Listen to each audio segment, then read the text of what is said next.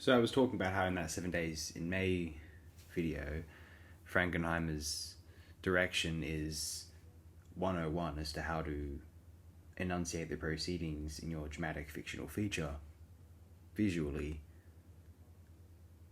That might be a bit misleading.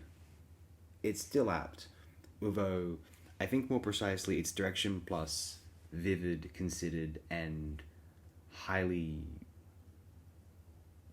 distinct and enrapturing, unifying photography. It's not just the direction, you can have a film that is capturing the train, 1964, shot for shot, in a, say, 1970s telefilm context, or in a 2000s telefilm context, or in a 2010s direct-to-Netflix context. Why is 1964 The Train still superior? It's that photographic touch. Frankenheimer insisted that The Train would inherently be superior in black and white. That might be true. I don't know if I'll get into that today. What I will get into is this particular black and white photography. It's this particular sheen. It's not a cheaper film stock from the 1930s for a B production. It's not the black and white employed for, say, any number of noirs on the B end of the double feature. You know, it's a very considered and crisp act of cinematography, and that is what is so pronounced about the proceedings, even more so than the direction, because I'm gonna hypothesize now as to whether you could have a shot-by-shot remake of The Train or any film and have it be inherently superior. Probably not, because it's when you're constructing something from ground up and you're employing that photographic sheen because you know it works for that, there is something possibly more inspired about that versus the novelty of, oh hey look, here's that, but we're doing it this way. You know, there's not an idea there's not something organic or just frankly interesting about that by comparison. And so, but we have to think about John Frankenheimer's The Train if it was shot on a lesser film stock or with a less, because it's also well and good for Frankenheimer to know what he wants in the frame, to have everything storyboarded. It's another thing to actually grant it that aesthetic.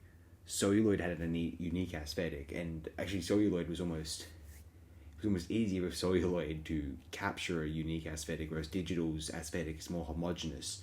Unfortunately, the cinematographer is not quite as useful in the digital. Not that they're not useful. Someone who knows the technology inside and out is going to be immensely useful, but the variety of what could be done with Celluloid was intensive, and the different applications of that analog device were less streamlined than what we have in digital, at least. This is disputed if we get into the areas of direct manipulation of the machine itself in an engineering respect, but we're not even going to go there regarding to the digital cameras. Something like The Train is, I think it is a kind of this phenomenally strong argument in favor of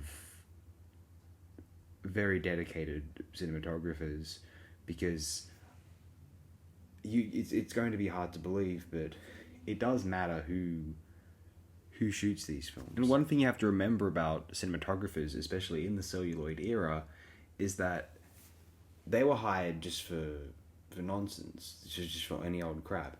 If you'd shot a major film, no one necessarily still knew who you were unless you won the Oscar.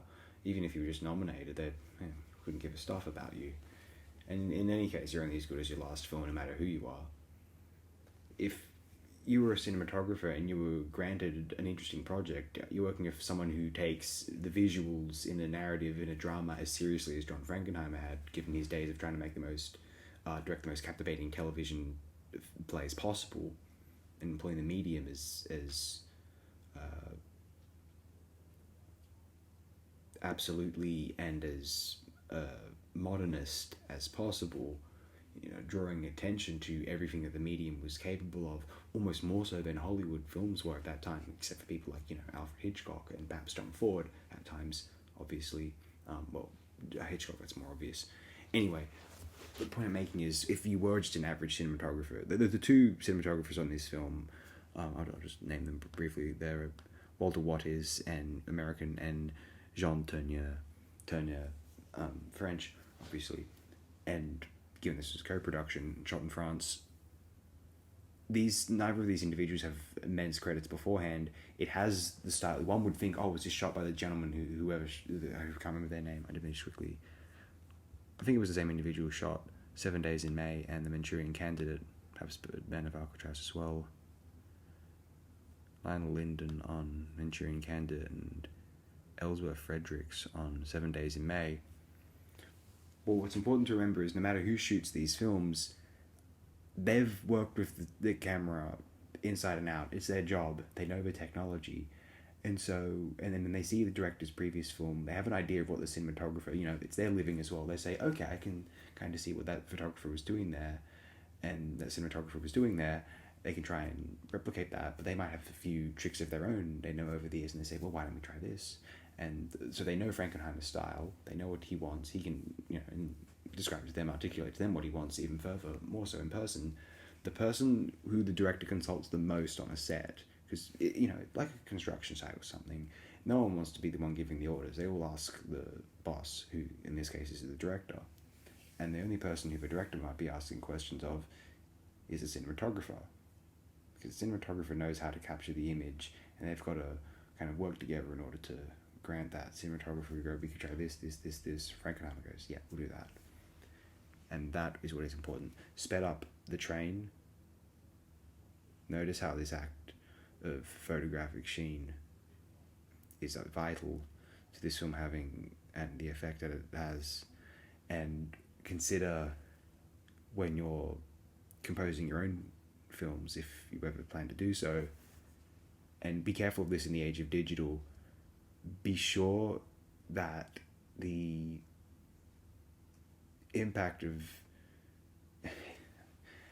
aesthetics isn't just a superficial sheen. Aesthetics is indicative of the substance, and that's a huge misconception that we're not at in our understanding of art in the culture at present, at least not in the English-speaking world. You don't have substance without aesthetics. You don't have aesthetics without substance. It's as simple as that. I'll leave it here. Thanks, everyone, and I hope you enjoyed the train. Very, very sped up.